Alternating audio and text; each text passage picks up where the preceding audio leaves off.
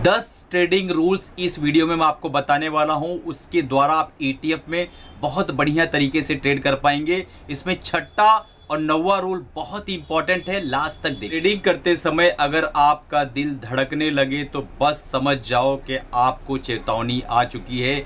आपको क्या लगता है कि ट्रेडिंग में जो जीत है वो एक लक है?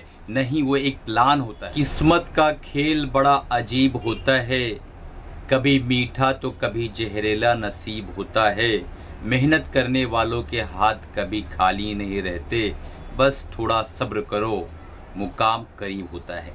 जी हाँ दोस्तों, आज आपने देखा कि निफ्टी के अंदर पिछले 4 दिनों से इतनी ज़्यादा गिरावट आ रही है, लेकिन एक हैंगिंग मैन कैंडल बना था लास्ट फ्राइडे को, और मैं संडे को लाइव आकर ऑलरेडी आप लोगों को चेतावनी भी दे चुका था, अच्छे से बता दिया था कि मार्केट के अंदर एक गिरावट आने वाली है। शायद उस वक्त सारे यूट्यूबर बोल थे, मैं एक वाहिद था जिसने आपको आके लाइव बाकायदा बताया कि मार्केट के अंदर एक करेक्शन आएगी, पेंडिंग है, हो सकता है फास्ट आए, हो सकता है स्लो आए, लेकिन कल से ही शुरू हो जाएगी। और आपने देखा कि मार्केट तेजी से नीचे की तरफ आई और फाइनली 25,000 का घर तोड़ के 24,700 650 के आसपास चली आई है। दोस्तों, आज हम इस वीडियो के अंदर देखने वाले हैं 10 ऐसे ट्रेडिंग रूल्स जो ऐसे हालात में आप अपने ETF ट्रेडिंग के अंदर अगर अप्लाई करते हैं तो आप एक बहुत ही बड़े योद्धा बनकर निकलेंगे और आपकी ETF की ट्रेडिंग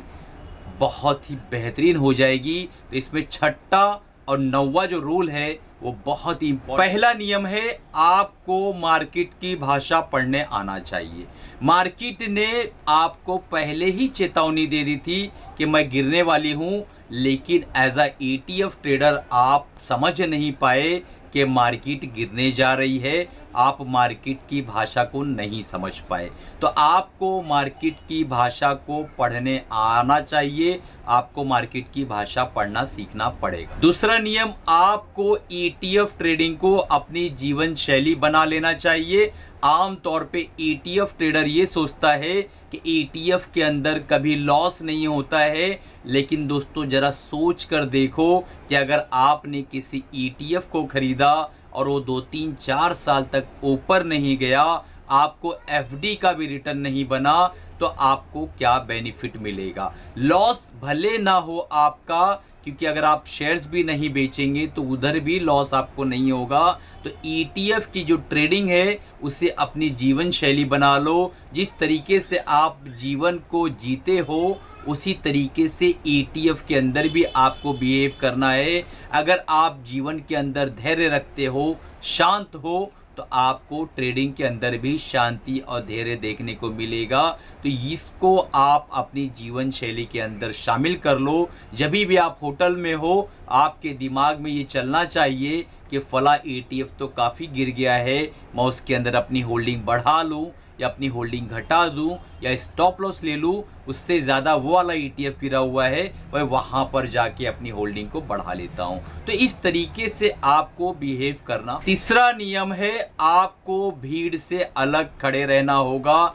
आमतौर पे आपने देखा होगा कि कोई ETF अगर हायर हाई बनाता हुआ चला जा रहा है, अपने प्राइस को तोड़ रहा है, तो आपकी भी आंखें चुंधिया जाती है और आपका दिमाग काम करना बंद कर देता है और आप भी सोचते हैं कि चलो इसी ETF की सवारी कर लेते हैं। लेकिन आपको कॉन्ट्रेरियन सोचना पड़ेगा। उस वक्त आपको ये सोचना है कि कौन सा ऐसा ETF है जिसके अंदर अच्छी ग्रोथ और पोटेंशियल है और वो इस वक्त गिर रहा है या गिरा हुआ है।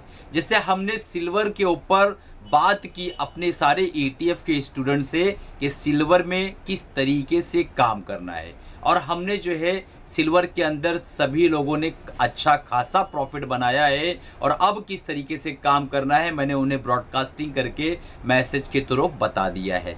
तो दोस्तों, आपको ये हुनर सीखना पड़ेगा कि भागते हुए चीज़ को नहीं पकड़ना है, भीड़ से विपरीत सोचना आपको सीखना पड़ेगा। ETF ट्रेडिंग के अंदर आपको छोटे से बड़ा बनना सोचना है। यानी ये नहीं सोचना है कि मैं 10 लाख 20 लाख एक साथ लाऊंगा और ट्रेडिंग शुरू कर दूंगा। आपको ऐसा कतई नहीं सोचना है, बल्कि आपको ये सोचना है कि मैं छोटे से शुरू करके और उसे स्केल करके कैसे धीरे धीरे बड़ा बनूंगा। जब आप इस दिशा में सोचना शुरू करते हो तो आपका माइंड जो है वो लर्निंग का हो जाता है, आप मार्केट को सीखना शुरू कर देते हो। लेकिन जब आप बड़ा पैसा लगाते हो तो मैक्सिमम लोगों को मैंने देखा है, हजारों लोगों को मैंने पढ़ाया है और इस नतीजे पे पहुंचा हूं कि जब आप बड़ा कैपिटल लेके आते हो तो आपकी जो सोच होती है वो दिन दुगनी रात चौगनी पैसा बनाने की होती है। और मार्केटें इतनी आसानी से पैसा नहीं देती है, आपका खून पसीना निकालने के बाद ही मार्केटें आपको प्रॉफिटेबल करती है। तो आपको छोटे से बड़ा होना सीखना पड़ेगा। 5वां नियम है खुद में निवेश करो। आम तौर पे जब खुद में निवेश की बात आती है तो लोग सटपटा जाते हैं कि देखो ये कोर्स बेचने लगा है। लेकिन दोस्तों ज़रा ध्यान से एक कॉफ़ी पी के आप गौर से बैठ के सोचो कि अगर खुद में निवेश नहीं करेगा आदमी तो ना एक लॉयर बन पाएगा, ना एक इंजीनियर बन पाएगा, ना एक डॉक्टर बन पाएगा, कोई भी प्रोफेशनल डिग्री इंसान ले ही नहीं पाएगा। तो सबसे बड़ा जो एसेट है इस पृथ्वी के ऊपर, इस धरती के ऊपर, वो आपका ब्रेन है। अगर आपने अपने ब्रेन पर खर्च नहीं किया, अपने ब्रेन को जो है आपने सही से नहीं नशोनुमा की, उसकी परवरिश नहीं की, आपने खुद पर अगर निवेश नहीं किया तो समझो आपने कुछ नहीं किया। दोस्तों खुद पर निवेश का मतलब ये नहीं है कि आप मेरा ETF का कोर्स ले लो। खुद कर निवेश करने का मतलब ये है कि आप ढेरों सारी किताबें पढ़ो, सैकड़ों हजारों रातें जागो, हजारों घंटे स्टडी करो और उसके बाद काम करो। या फिर अगर आपको अपना समय बचाना है तो हमारा ETF का जो ट्रेडिंग प्रोग्राम है, नवरात्रि का बहुत ही बेहतरीन ऑफर हमने दे रखा है।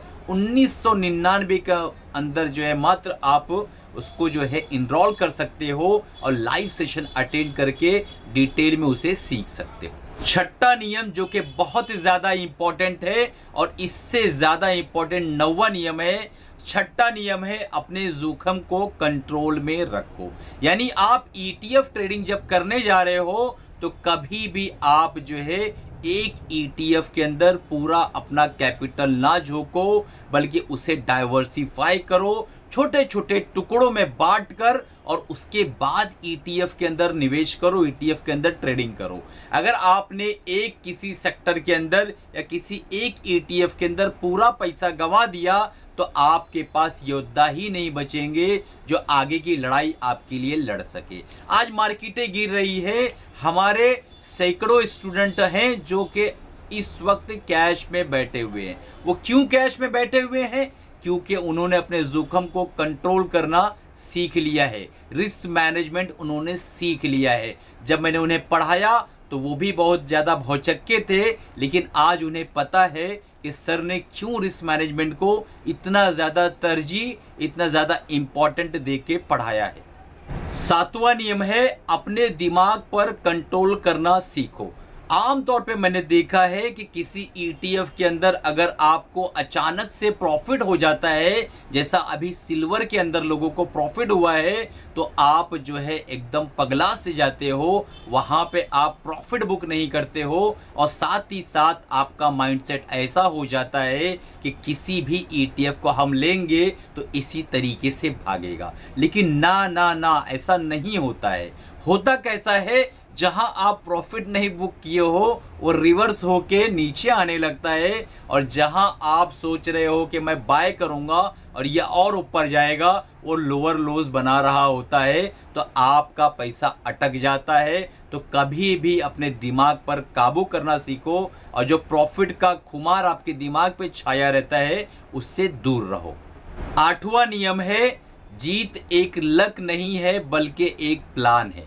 जब आप किसी चीज़ का प्लान बनाते हो और वो ETF वहाँ पर आता है, आप जब उसे बाय करते हो और वो आपके डायरेक्शन में चलना शुरू कर देता है, तो वो एक लक नहीं कहलाता है, बल्कि वो आपकी स्ट्रैटेजी होती है, आपका प्लान और आपका एग्जीक्यूशन होता है, आपका धैर्य होता है। किसी ETF को आपने लिया और अचानक से भाग गया, ऐसा आपको कभी कभार होता होगा, लेकिन अगर आप प्लान बनाकर प्रॉपर काम करते हैं तो आप देखेंगे लक भी आपके सामने घुटने टेक देगा। तो दोस्तों आज से ये जो 8वां नियम है, लक जो है वो लक नहीं होता है, वो एक प्लान। 9वां नियम जो कि बहुत ही ज्यादा इंपॉर्टेंट है इस 10 नियम के अंदर, जो आपको अंदर से आवाज देने वाला है कि बस कर पगले नहीं तो बर्बाद हो जाएगा। 9वां नियम है कि अगर आपने किसी ETF के अंदर या किसी स्टॉक के अंदर ट्रेडिंग ली, आपने एग्जीक्यूट किया ऑर्डर और आपका दिल धड़कने लगे, धक धक धक धक धक धक धड़कने लगे, तो उस वक्त जो है आपको अंदर से आवाज़ आ रही है कि भाई साहब आप इस कैपेसिटी के नहीं हो, आपने पोजीशन बड़ी कर ली है, आपने क्वांटिटी ज़्यादा ले ली है, आपने गलत स्टॉक या गलत ETF ले लिया है, आपने गलत स्ट्रैटेजी को अप्लाई कर दिया है।